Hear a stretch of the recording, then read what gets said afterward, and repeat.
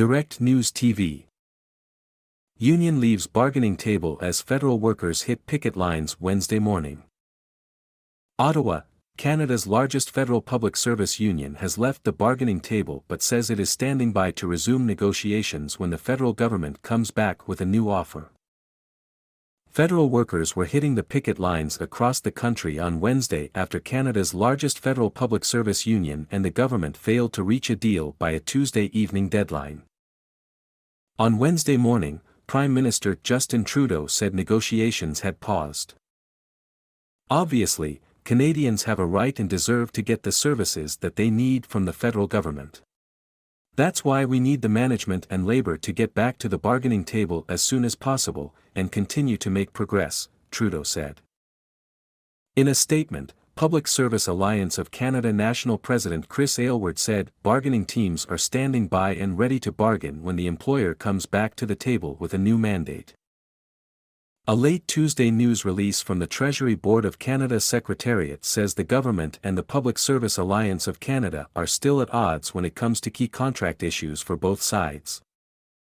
The bargaining groups involve some 155,000 federal public servants, including 35,000 Canada Revenue Agency workers.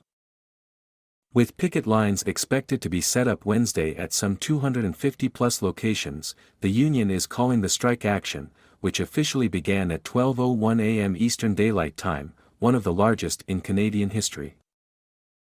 The union's national president Chris Aylward said during a brief news conference in Ottawa on Tuesday night that despite the move, union officials are still hopeful and the goal is to get a tentative agreement. Federal workers arrived Wednesday morning on Parliament Hill to picket, holding signs that say, "Fair deal for workers." NDP leader Jagmeet Singh met with union members to offer his support and took photos with them.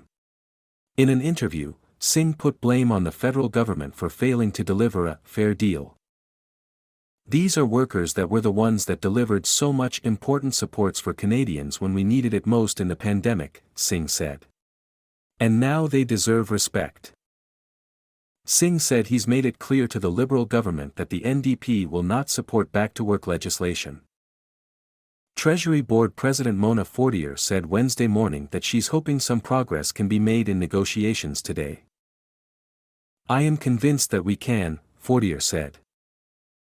Fortier wouldn't weigh in on the possibility of back-to-work legislation. Wage increases have been top of mind at the table, with the union pushing for annual raises of 4.5% over the next 3 years. It says the increases are necessary to keep pace with inflation and the cost of living. The Treasury Board says it has offered the union a 9% raise over 3 years, on the recommendation of the third-party Public Interest Commission. Since the strike involves nearly one-third of all federal public servants, both the union and the government have warned of disruptions, including what could amount to a complete halt of the tax season. Other concerns include slowdowns at the border and disruptions to immigration and passport applications. Initial negotiations began in June 2021, with the union looking for a new contract. The union declared an impasse in May 2022 and both parties filed labor complaints. Mediated contract negotiations began in early April of this year and continued through the weekend in what the union described as the government's last chance to reach a deal. My name is Kingsley.